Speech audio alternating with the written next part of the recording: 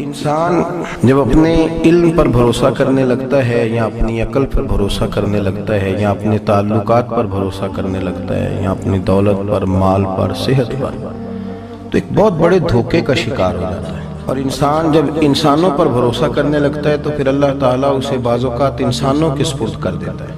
اور بہت سارے ایسے لوگ بھی ہوتے ہیں جو رب کریم کو بھولتے ہیں اور وہ اپنی ساری توجہ انسانوں کی طرف، دنیا کی طرف، دنیا داروں کی طرف کر لیتے ہیں، تو اللہ تعالیٰ فرماتا ہے پھر میں انہیں یہ سزا دیتا ہوں، مجھے بھول نکلے تھے تو میں نے انہیں ان کا اپنا آپ بھی بھلا دیا۔ سورہ حشر کو دیکھیے گا، فرمایا وَلَا تَكُونُوا كَالَّذِينَ نَسُوا اللَّهَ فَأَنسَاهُمْ أَنفُسَهُمْ، ان لوگوں کی طرح نہ ہو جانا جنہوں نے اللہ کو بھلا دیا تو اللہ نے پھر انہیں ان کا اپنا آپ بھی بھلا دیا، انہیں اپنی بھی ہوش نہیں رہی، وہ ایسے مسائل میں گھر گئے، وہ ایسی آزمائشوں میں الجھ گئے، وہ ایسی دنیا داری کے اندر الجھے کہ انہیں اپنا بھی پتہ نہ چلا۔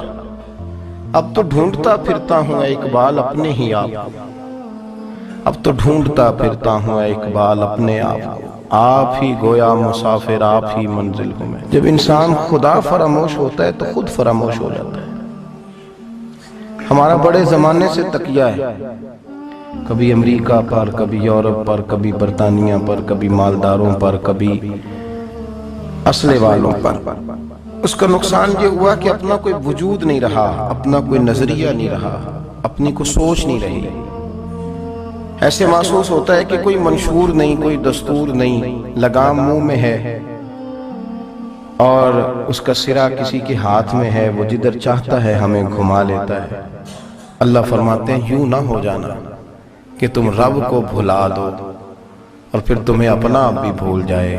حضرت سیدنا امام اعظم ابو حنیفہ رحمۃ اللہ تعالی علیہ کے ساتھ ایک شخص کہتا ہے میں نے نماز پڑھی، تو عشاء کی نماز تھی۔ یہ جو لوگ بڑے ہوتے ہیں نا، جن کے پیار کرنے والے بڑے ہوتے ہیں، ان کے گرد خوف بھی بڑا ہی ہوتا ہے، انہیں بڑا ڈر لگتا ہے، بڑی بعض اوقات آزمائش ہوتی ہے۔ عشاء کی نماز کہتے پڑھی تو امام صاحب نے نا عشاء کی نماز میں تلاوت کی آیتیں فَمَن يَعْمَلْ مِثْقَالَ ذَرَّةٍ خَيْرًا يَرَهُ وَمَن يَعْمَلْ مِثْقَالَ ذَرَّةٍ شَرًّا يَرَهُ، فرمایا جو ذرہ برابر خیر کرے گا وہ بھی قیامت میں دیکھے گا، اور جو ذرہ برابر شر کرے گا وہ بھی قیامت میں اس شر کو دیکھے گا، اس کے سامنے آئے گا۔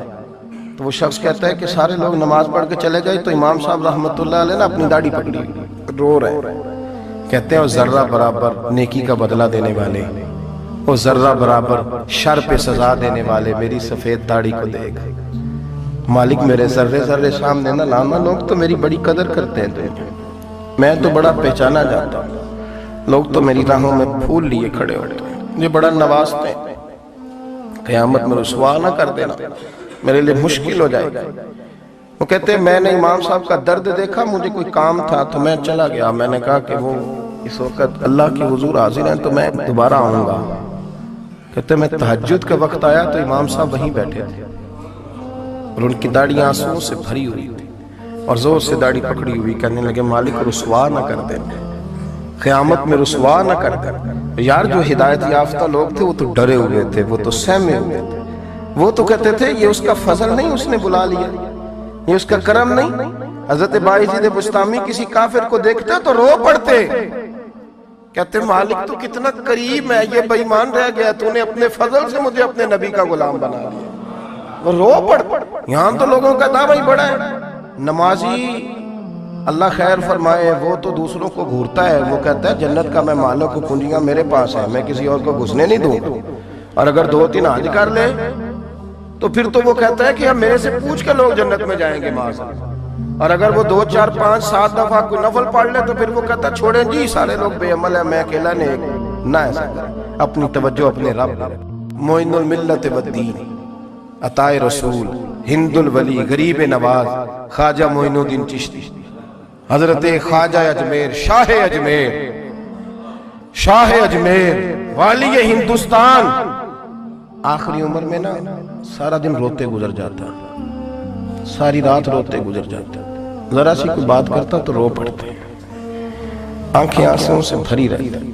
کئی دفعہ اپنے بھی پریشان ہو جاتے ہیں نا کہ یار تو ایک بات کی جان ہی نہیں چھوڑ رہا، تو خواجہ قطب الدین صاحب بختیار کاکی سے لوگوں نے شد سے بات کریں، اتنا بھی تو نہیں نہ رونا چاہیے۔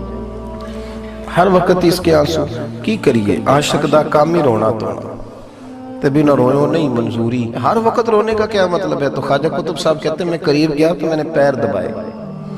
میں نے کہا سونیا لوگ تو کچھ بھی نہیں کرتے، تو نے تو کمال کر دیا. 90 لاکھ آدمی مسلمان کر دیا، دنیا کچھ نہیں کرتی. تو نے 50 سال ساری رات مصلی پہ بیٹھ کے رب راضی کیا. تو شہزادہ تھا، حضور کی اولاد تھا، لیکن معین الدین تیرا ایک پلاٹ بھی نہیں. تو نے طالب علم پالے، انہیں غریبوں کو دیا، انہیں نوازا. کوئی شے نہیں تیرے پاس، ہر چیز تو نے. ساری رات روتے ہو، سارا دن روتے ہو. خواجہ قطب الدین صاحب کہتے ہیں میں نے جب عرض کیا تو خواجہ صاحب مجھے گلے لگا لیا، چیخ مار کے روئے. کہنے لے قطب الدین پتر داڑھی سفید ہو گئی، جانے کا وقت آ گیا. جو تو نے نیکیاں گنوائی ہیں وہ ہیں صحیح میرے پاس، پر یار کی بارگاہ میں پیش کرنے کے قابل ایک بھی نہیں. ایک بھی نہیں. تو بارگاہ تو دیکھ کتنی بڑی ہے، رسول کریم کی بارگاہ میں پیش کرنے کے قابل ان میں سے ایک بھی نہیں. تو آستانہ دیکھ کتنا بڑا ہے. کیا پیش کروں گا، کیا عرض کروں گا حضور کی بارگاہ میں، کس طرح. وہ یار جو بڑے تھے وہ تو ڈرے ہوئے تھے، سہمے ہوئے تھے، وہ تو بڑی بڑی آزمائش میں تھے. لیکن میرا اور آپ کا رٹا 2 نمازیں پڑھ کے 6 نمازوں کا دعویٰ کرنا اور لمبی چوڑی کہانیاں بنانا اور اپنے منہ سے اپنی تعریفیں کرنا، اس سے تھوڑا باہر آئیں. رزق بھی میرا اللہ ہی دیتا ہے، علم بھی اللہ دیتا ہے، رزق بھی. میرے نبی پاک علیہ السلام نے فرمایا ایک بندہ گنجا تھا، کوئی شے نہیں تھی، سر پہ بال بھی نہیں تھے، رویا کرتا. اللہ تعالیٰ نے فرشتے کو بھیجا، تجھے کیا چاہیے؟ تو کہنے لگا بال آ جائیں اور تھوڑا مال آ جائے. فرشتے نے ہاتھ پھیرا تو بال بھی آ گئے تو بکریاں بھی آ گئیں، لائنیں لگ گئیں، مال ہی مال ہو گئے. دوسرے کے پاس گیا، وہ کوڑا تھا، اس کو جا کے کہا کیا چاہیے؟ کہنے لگا شفا ہو جائے اور کچھ اللہ تعالیٰ آسانی کر دے. شفا بھی ہو گئی، گائیں بھی دے دی، بھینسیں بھی دے دی، مال ہی مال ہو گئے. پھر ایک کے پاس گیا، وہ اندھا تھا، تجھے کیا چاہیے؟ اس نے کہا آنکھیں مل جائیں اور کچھ ساتھ اللہ مال دے دے. اونٹ ہی اونٹ ہو گئے. جب بڑا نواز دیا تو پھر مالک نے امتحان لینے کا ارادہ کیا. یاری تیری سونا ہے پر آزمائشاں بھی تیریاں آگ، آزمائشاں تیریاں، صحیح کہہ رہا ہوں، آزمائشاں تیریاں. یاری تیری سونا ہے پر آزمائشاں تیریاں. اے سونا پرکھیا جامدائی پہلو نہ لگاں دے لگ. اللہ نے فرمایا آزمائش کرو. سب سے پہلے گنجے کے پاس آئے، اسے کہا اللہ کے رستے میں کچھ دیکھا نہیں لگا، میرے خرچے ہی بڑے. دیکھو تو صحیح کتنی مشکل میں وقت گزارتا ہوں، حال ہی کوئی نہیں. تو اس نے کہا میں نے تو سنا ہے تو گنجا اور بھوکا ننگا تھا. کہنے لگا میں تو جدی پشتی رہی سے آزم ہوں، تو یہ کس پاگل نے کہا ہے بھاگ جا. اس نے کہا اچھا جیسے تو تھا ویسے ہی ہو جائے. کھیت کھلیان اجڑ گئے، پھر سے گنجا ہو گیا. حضور علیہ السلام فرمانے لگے. پھر وہ اس کے پاس گیا جو کوڑا تھا، اسے کہا کچھ دے. کہنے لگا خرچے ہی بڑے.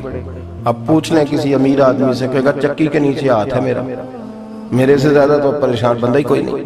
کیا بتاؤں آپ کو، اتنا ٹیکس ہے، اتنا جرمانہ ہے، فلانی شیف، بڑا کچھ گنواتے ہیں لوگ. اس نے کہا میں نے تو سنا تو پہلے کوڑا تھا. اس نے کہا اچھا دوڑ جا، میں تو رئیس اعظم ہوں، دادا بھی پردادا بھی اور ساری نسل ہی. اس نے کہا اچھا جیسے تو تھا ویسے ہی ہو جائے. پھر وہ گیا اندھے کے پاس اور جا کے کہا اللہ کے نام پہ کچھ دے. تو کہنے لگا رب کے نام پہ؟ یہ کھڑے ہیں اونٹ جتنے تیرے دل کرے لے جا. اس نے کہا کیا معنی اس بات کا؟ کہنے لگا یار تجھے کیا بتاؤں، میں تو اندھا تھا، میں نے تو کبھی دنیا دیکھی نہیں تھی. پھر اس کریم نے فضل کیا تو مجھے بڑا کچھ دکھایا. میں کیا بتاؤں، میرا دل کر رہا ہے کہہ دوں کہ پھر اس نے کعبہ دکھایا، پھر اس نے روضہ رسول دکھایا، پھر اس نے ریاض الجنہ کے سجدے دکھایا، پھر اس نے اپنے محبوب کے دروازے کی رونقیں دکھائیں.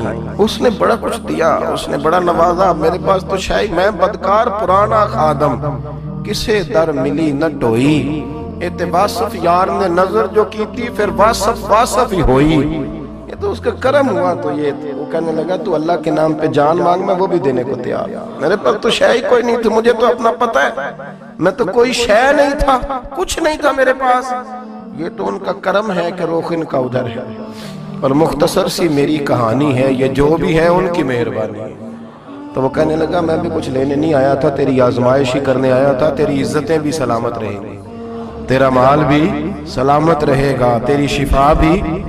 بڑے بڑے فقیروں کو مالدار ہوتے دیکھا، بڑے بڑے مالداروں کو فقیر ہوتے دیکھا۔ ام ربیعہ کہا کرتی تھی، بڑی نیک عورت تھی، وہ کہتی ہے میں بڑے امیر آدمی کی بیوی تھی، اپنے شوہر کے ساتھ چھت پہ بیٹھی تھی تو نیچے فقیر مانگنے والا آیا، اس نے بڑے درد سے صدا کی تو میں نے اپنے شوہر سے کہا کچھ دے دے، کہا دفع کر، ان لوگوں نے دھندا بنایا ہوا ہے۔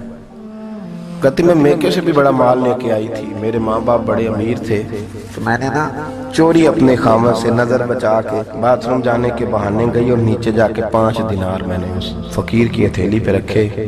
کہتے اس نے 5 دینار دیکھے، پھر میری طرف دیکھا تو میں نے اس کی آنکھوں میں آنسو چمکتے دیکھے۔ کہنے لگے بی بی رب تیرا بھلا کرے، میں 3 دنوں کا بھوکا ہوں۔ وہ چلا گیا، میں گھر آ گئی، جب باہر آئی تو میرا شوہر کہنے لگا اب اتنی تو تیز ہو گئی ہے اور تو اتنی خود مختار ہو گئی ہے، میرے بغیر پوچھے مال خرچ کرے گی، جا تو یہ 3 طلاقیں۔ کہتی میں وزادار باپ کی بیٹی تھی، طلاق لے کے گھر آئی تو میرا باپ ٹوٹ گیا، چارپائی پہ چلا گیا، اوہو یہ کیا بن گیا۔